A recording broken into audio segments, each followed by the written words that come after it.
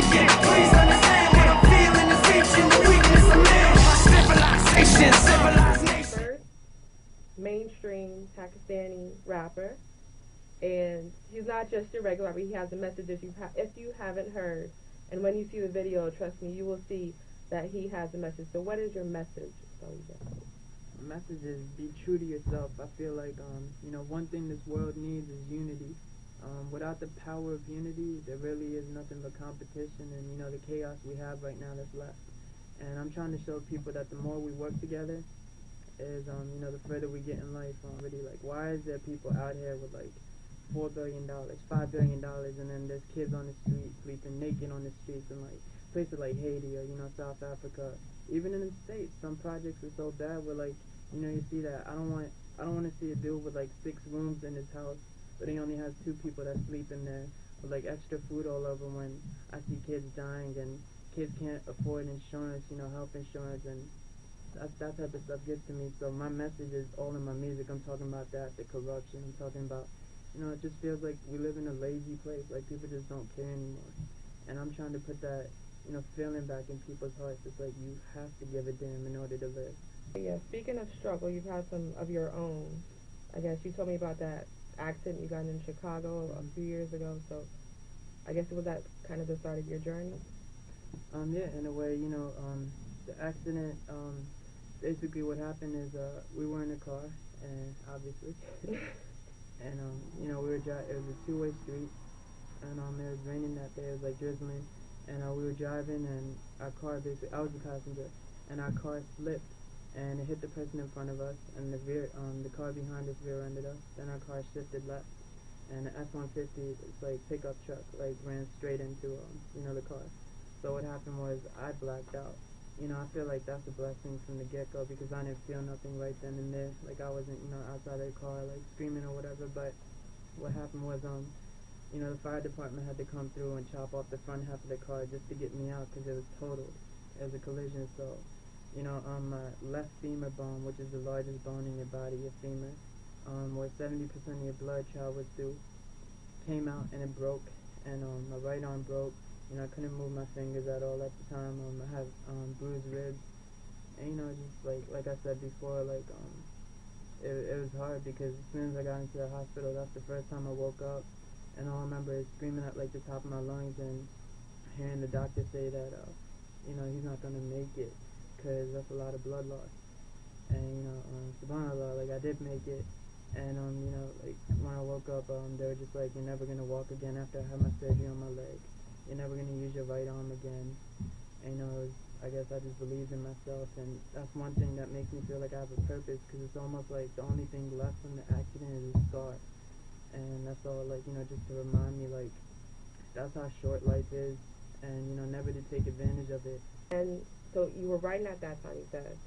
Yeah, writing, like I told you, it was something I always did since, like, the 5th grade. It was like a therapy.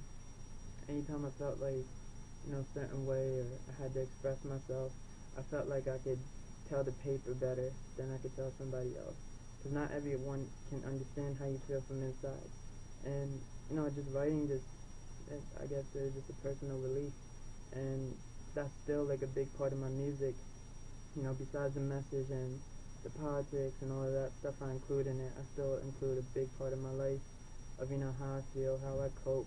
And I feel like a lot of people do that with music, when you're mad, when you're angry, when you work out, any type of emotion, you put on music, right? So you can go with it, and it helps you cope. So that's my coping strategy here. So when did that switch over to music? About the end of 2008, early 2009, when I was told by a few people that just like, you should start, you should try putting it over a beat, because what you write is deep, and has meaning, it has content. And the first song I made, recorded, was Make a Change, which, they can listen. It's off my first album called Consequence. Like I was saying earlier, I probably sat in front of a computer for like a few days, emailed over 4,000 or 5,000 times. Ever since then, I just stuck with my heart, didn't listen to nobody, because a lot of the times people did tell me, you should stop, and this is just a waste of your life. And 2 years later, I'm sitting here in front of you. So you started out on your own, and you're still on your own now. You're unsigned. You don't have a manager. How did the learning process go for you from 2 years ago to now? Of course, we all go through struggle, and as an artist at first, there's a lot of times where you get even like one little feature, and at that time, it's like when you're new, you don't know what means what or what's the depth of what feature. So it's like I got featured on a blog, and I'm like, oh my god, okay, this is awesome. Like someone wrote about me. Like who am I? Before this. So it's like you have that whole mentality in your head where you're just like, okay, I gotta do this. But you really have no knowledge, or I didn't have no guidance back then. So I probably lost like literally over 10 G's, on making my first album.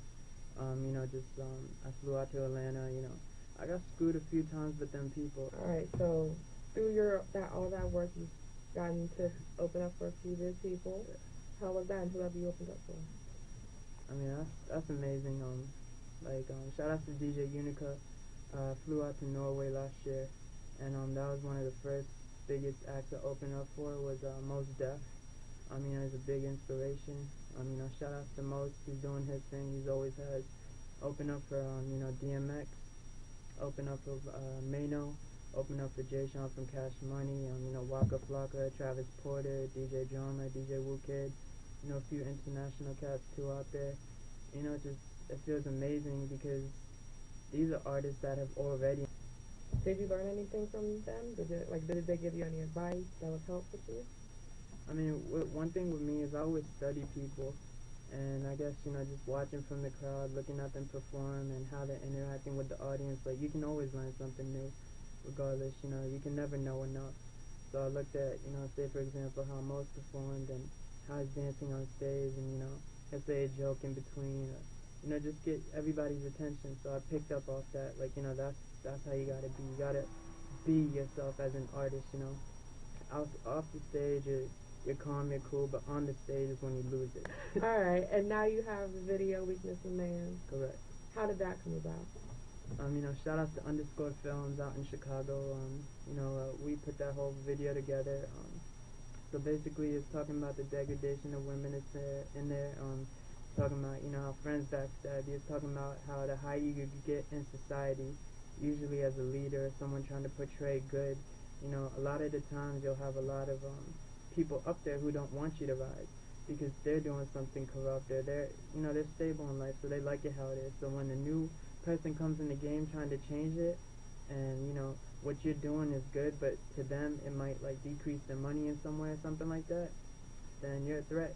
They'll come after you. And the whole idea, I just sat there and I was thinking about it, and I just felt like, that's exactly what's going on in society in a smaller picture. So if you really break down the video how I just said it to you, then you'll understand it. If you look into stuff like this, if you listen to conscious music, you'll understand what I'm talking about. Alright, and you have another video coming out soon? Correct. For The Light, you said? Yeah. That video is called The Light, and it's kind of, talking about the whole revolution that's going on right now in countries like Palestine, Tunisia, Libya, Egypt, and it's basically talking about how we should stick together, and that's the only way we can win any fight, because at the end of the day, we're doing it for, our own freedom, and we all need that same freedom. It's not like just one person on the street needs it, so the only way to get it is to stick together. So I'm explaining that in the song, and, I'm talking about God, and I'm talking about this is what we're here in life for. How has that been received in the rap world, where there's so much about, pop and parties and girls and whatnot? How has that been received, both as artists and your fans and people who listen to your music in general? At first it was hard, but I feel like, honestly, just by being so far, in only a year and a half to two, I really feel like I'm here for a purpose, because I made out that accident. I feel like I'm here for a purpose. Of course it's hard for a lot of rappers out there, even me, that are doing the same type of purpose, giving the same message in their music, because hip-hop is not the same anymore. That it does talk about a lot of, just drugs, sex, hoes, women, money, all that stuff, and, so much money in their pockets that they can't afford studio time. I don't understand it. A lot of people just talk, and they tell you how to talk and what to talk about over your music, and I feel like, that's one thing that separates me. Like, of course I've been asked to, even get on a few independent labels before, but right now I'm just trusting my gut and doing what I can do. And you know, like I told you just an hour ago, shout outs to Par City. We just released a song today. It's called Hard Times.